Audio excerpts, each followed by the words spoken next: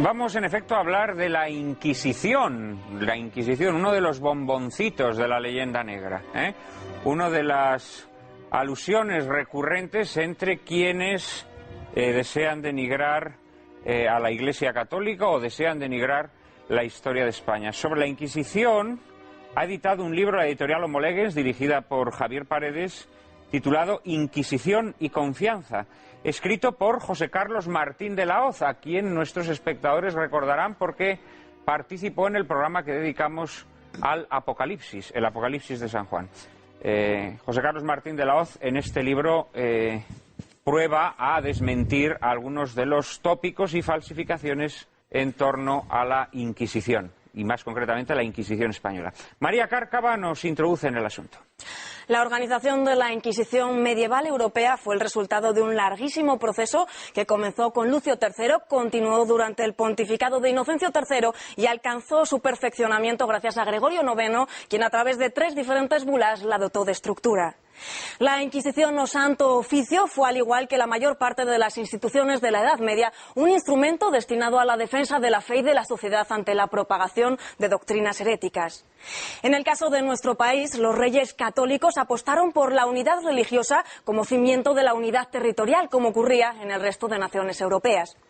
El 1 de noviembre de 1478 obtuvieron del Papa Sixto IV una bula que les autorizaba a establecer el Tribunal del Santo Oficio de la Inquisición, con el fin de proteger la fe mediante la persecución de falsos conversos que, siendo nominalmente cristianos, practicaban en secreto otros ritos. La labor de la Inquisición se prolongó en el tiempo durante 3 siglos y medio, en los que para algunos se escribió las páginas más negras y ominosas de nuestra historia. Una historia repleta de abusos de poder, extralimitaciones, represión, torturas, tormentos, difamaciones y brujerías a fuego lento. Pero recordemos de nuevo la frase que decían los periodistas al senador Stoddard en El hombre que mató a Liberty Balance. Si la leyenda es mejor que la verdad, escribamos la leyenda. Andrés Gambra, ¿qué es realidad y qué leyenda en torno a la Inquisición? Efectivamente, la Inquisición española es una de las piezas clave de la llamada leyenda negra antiespañola, que constituye efectivamente en su conjunto una de las estructuras históricas de mentira más importantes que hayan existido en la historia de la historia o de la historiografía. La leyenda negra de ella, dijo Pierre Chenu, que era un arma cínica en una guerra psicológica. Efectivamente, el Imperio español ha alcanzado a comienzos del siglo XVI su mejor momento. Está en trance de expansión, tiene que defenderse y actuar en numerosos frentes. Y, entre otras cosas, muy importante, se está defendiendo el catolicismo frente al protestantismo. En ese momento se va a desencadenar una tremenda ofensiva, que efectivamente será una ofensiva publicista de carácter psicológico tendente a desacreditar a España. Y en ese deseo se recurrirá a argumentos que, como dice Chenu, son cínicos, porque se le va a imputar a España responsabilidades o actuaciones de las que precisamente su modo de plantear las cosas, el español, había sido mucho más razonable, legítimo y justo que el que practicaban aquellos que se estaban convirtiendo en sus decididos detractores, ya fueran holandeses, franceses o ingleses. En el contexto de esa leyenda negra, la Inquisición va a ser uno de los temas más importantes y que va a obtener un mayor éxito, sin duda. Se inició muy tempranamente. Hay algún español que interviene en la formación de este mito, concretamente un personaje poco conocido, pero que tuvo un significado nada desdeñable, que se llamó Reinaldo González Montes o Montano, que efectivamente elaboró un alegato de denuncia contra la Inquisición, acumulando contra ella una enorme cantidad de falsedades y exageraciones. En realidad era el caso de un hereje español que había colaborado con la Inquisición y decidió exiliarse y se convirtió en un mercenario al servicio de Guillermo de Orange. A partir de ese momento, claro, ahí encontraron un filón muy importante los enemigos de España, Richelieu entre otros, lo mismo que Guillermo de Orange, los monarcas ingleses subvencionaron a escritores e historiadores que durante una larga etapa acumularon una serie interminable de dicterios en contra de España y de la Inquisición. La Inquisición habría destruido, pues no sé, a casi todos los creyentes y nos descuidamos honrados que hubiera en España, y había hecho tabla rasa de la cultura española, transformándola en un montón de cenizas. Se trata de una fase en la que la leyenda negra se mueve por cauces absolutamente ahistóricos. No tienes ni siquiera una pretensión objetiva o metódica de historicidad, sino que es simplemente una acumulación de dicterios y no mucho más. Bueno, lo que pasa que, por ejemplo, es Guillermo de Orange, ¿no?, que promueve la edición de opúsculos, como de panfletos, la América de libelos. de Lee, o el libro famoso aquel con todas las torturas, que es uno de los Claro, y ahí se publican una serie de grabados, por ejemplo, que eso ya pasó a formar parte del imaginario colectivo, ¿no? Del imaginario, efectivamente. Hay una serie de grabados publicados en Francia sobre ese tema que van a tener un gran éxito. Esta tendencia difamatoria pura y simple culmina tal vez en Voltaire.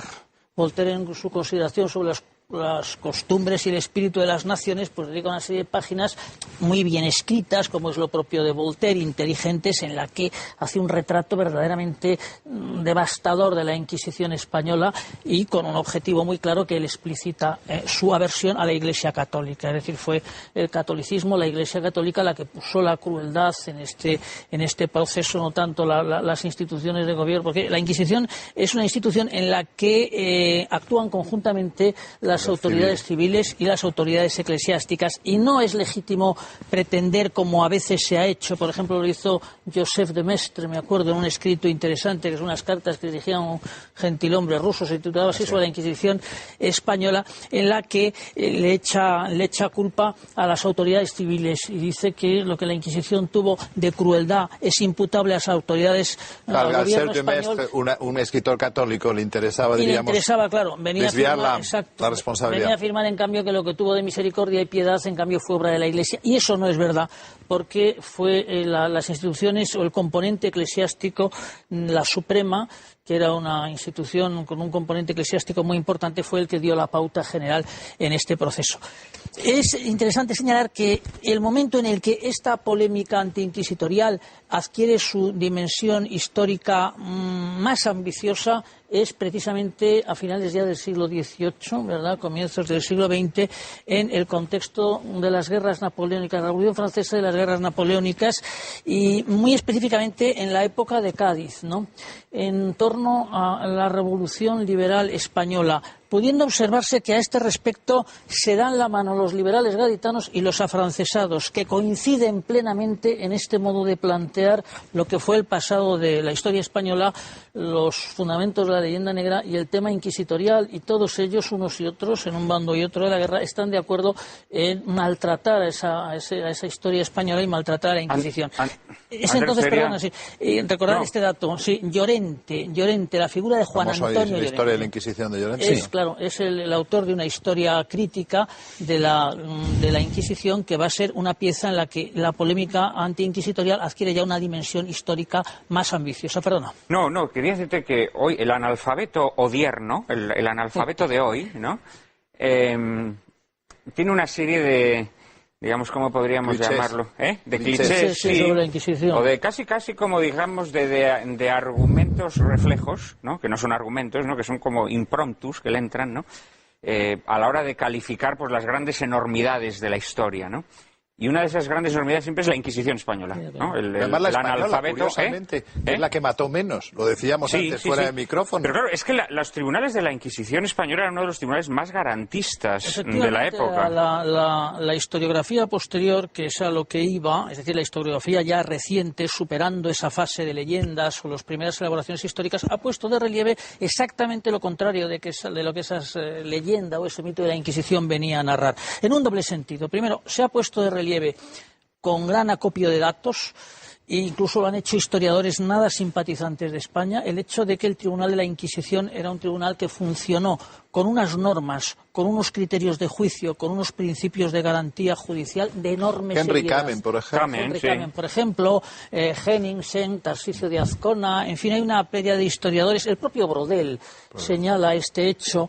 el hecho de que la Inquisición española fue mucho más rigurosa en el mejor sentido de la palabra, es decir, el de rigor procesal y normativo en el modo de plantear esta cuestión, de forma y manera que los juzgados por ella o los encausados por la Inquisición gozaban de unas posibilidades de defensa judicial muy superiores a las que se daban en otros tribunales de la misma característica, sea católicos y protestantes, en el resto de Europa, donde de protección de sus bienes, mientras estaban en cursos en el mundo protestante con las brujas, por ejemplo, fue mucho más severo.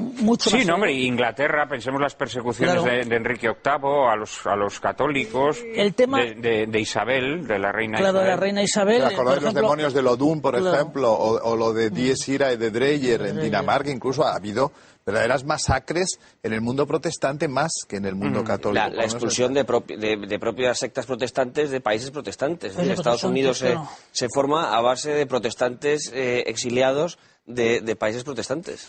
Por ejemplo, lo que sorprende en el tratamiento de la Inquisición es la diferencia de tratamiento que la Inquisición tiene para unos y para otros.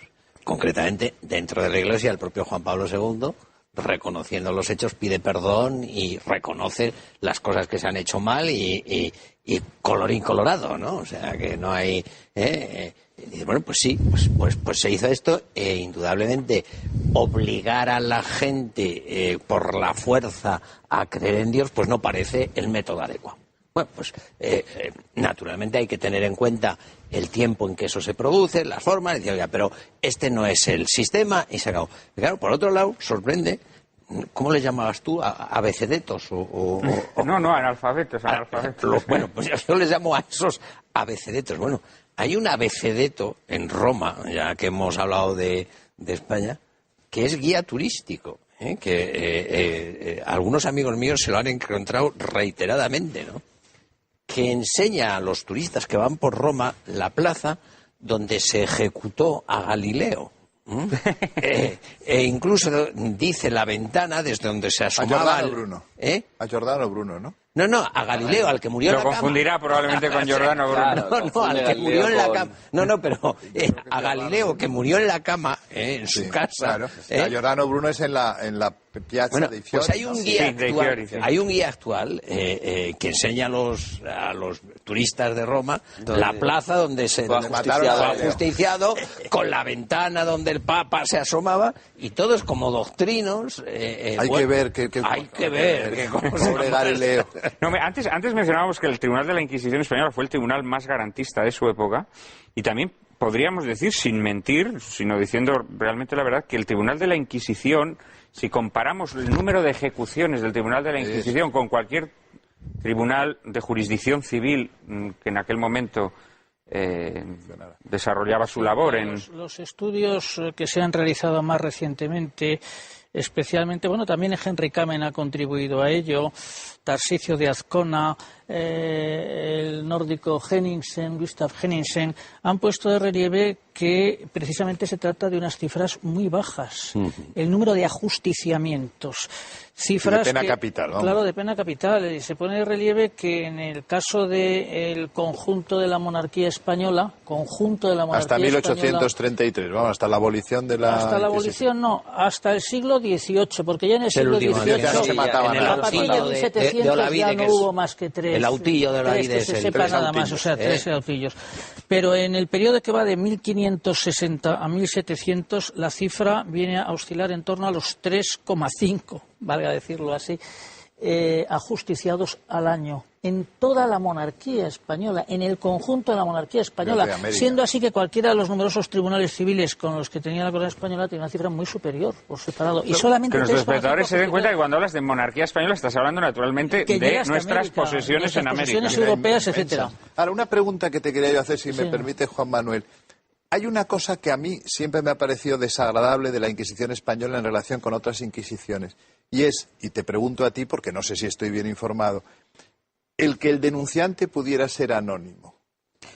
Esto a mí me desazona. Sí, el denunciante efectivamente... O sea, que no tuviera que dar un nombre y un apellido. Eso es complejo, pero es así. Bueno, tú sabes que ahora mismo también se pueden hacer denuncias anónimas, ¿no? Pues me parece fatal. No, pero... El denunciante se mantenía en el anonimato porque constó y hubo bastantes casos de venganzas por parte de los conversos. Por eso es por lo que, entonces, claro, la gente se iba a abstener, porque los conversos, los judeoconversos, es decir, los falsos conversos judíos, eran muy poderosos. Y cuando hubo denuncias, se supo de varios casos en el que el denunciante fue objeto de represalias. Eso nunca me lo habían explicado así. No en cambio a lo que a veces se ha dicho también, que no se les decía cuáles eran las imputaciones, lo que no es así. Se les explicaba puntualmente cuáles eran las imputaciones de las que habían sido objeto y se daba la posibilidad de que presentaran un catálogo, todo lo dilatado que quisieran, el imputado, ¿verdad?, de los enemigos o posibles denunciantes que él creyera que podrían tener algún modo de interés de acusarle en falso, y si coincidían, entonces era a su favor. Era a su favor. Y además, esa clase de denunciantes eran objeto de unas revisiones muy sistemáticas, es decir, se les colocaba en situaciones difíciles para obligarse o obligarles a ratificarse en su pronunciamiento. O sea que en ese sentido las garantías que se mantenían eran extraordinarias y con un gran sentido de piedad. Es decir, se buscaba lograr la exculpación. Eso es sistemático. Una de las cosas que a mí me sorprende de ese libro que has citado antes, de Martín de la Hoz, que es un estado de la cuestión, y que uno de los capítulos son los procesos, cómo se hacían los procesos, dice una cosa que es de cajón de madera de pino. Dice, oiga, es que la mente de los inquisidores no estaba esconder datos, dice, entre otras cosas porque gracias a que no escondieron datos hay abundantes legajos, documentación de la causa, y de su preocupación sí que era guardar y preservar la unidad católica de España. Y en ese sentido se preocupaba mucho de hacer, de acuerdo al protocolo existente entonces, las cosas como Dios manda. Y de hecho no se saltan ni un... Pero bueno, tú hablabas ahora de...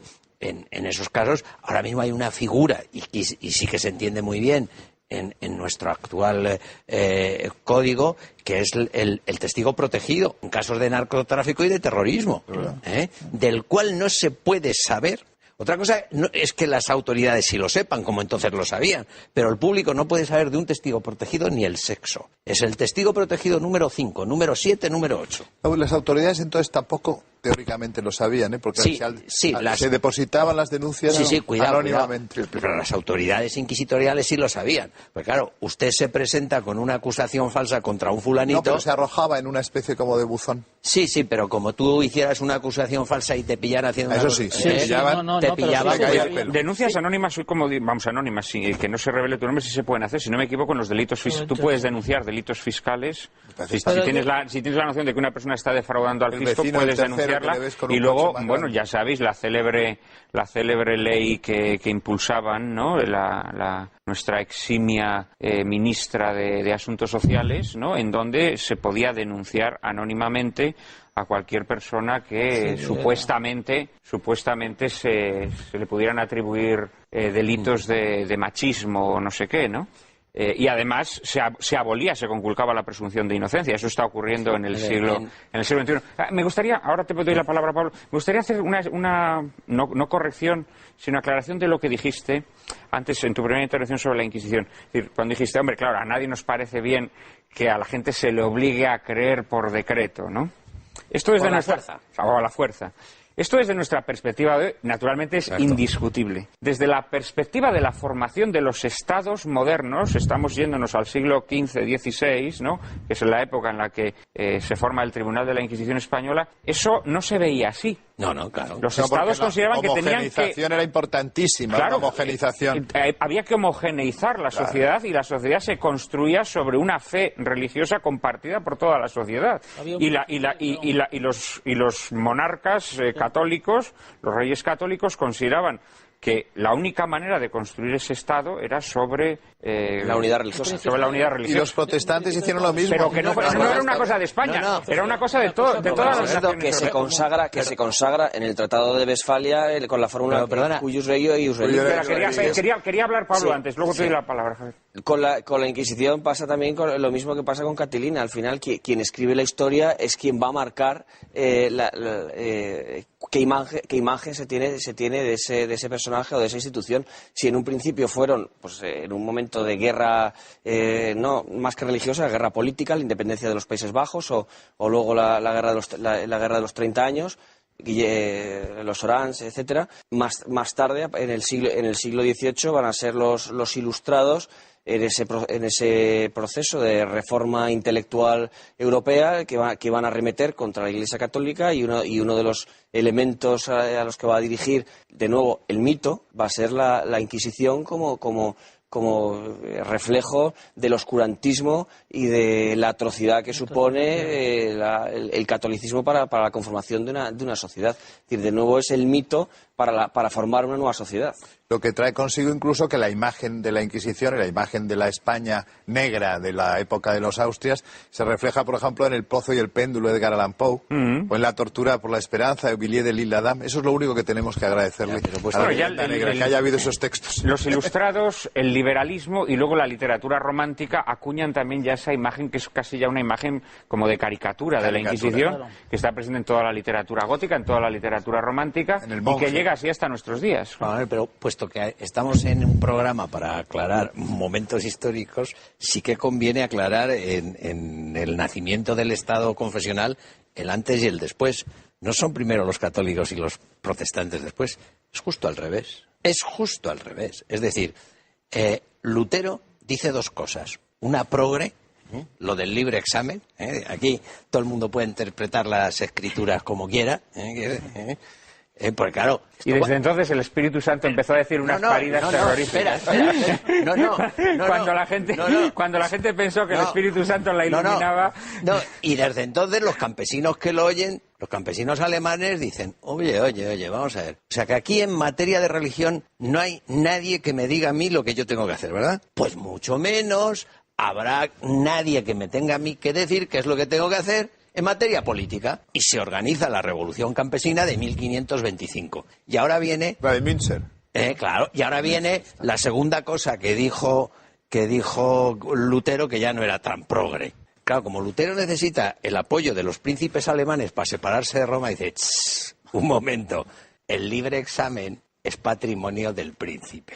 Y en cuanto a estos que se han sublevado, exterminarlos como a perros.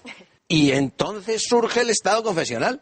¿Qué es lo que hacen los príncipes católicos? Hacer lo mismo, pero sin separarse de Roma. Y entonces se llega a Westfalia, que es el cuius regio, eius religio, es decir, según sea la religión del príncipe, así será la súbitos. Que tampoco es muy democrático, que digamos. ¿El Estado confesional? Sí, pero el inventor de esto es Lutero. No, Lutero, por supuesto. Bueno, de hecho todavía existe. De hecho, por todavía eso Lutero le gustaba tanto a Hitler. El protestantismo es el inventor de la monarquía absoluta. Claro. Porque el cristianismo, o la cristiandad, lo que había dado era la monarquía católica, la monarquía de los reyes católicos, la monarquía de Carlos V, Felipe II, que nada tiene que ver con la monarquía absoluta, ¿no?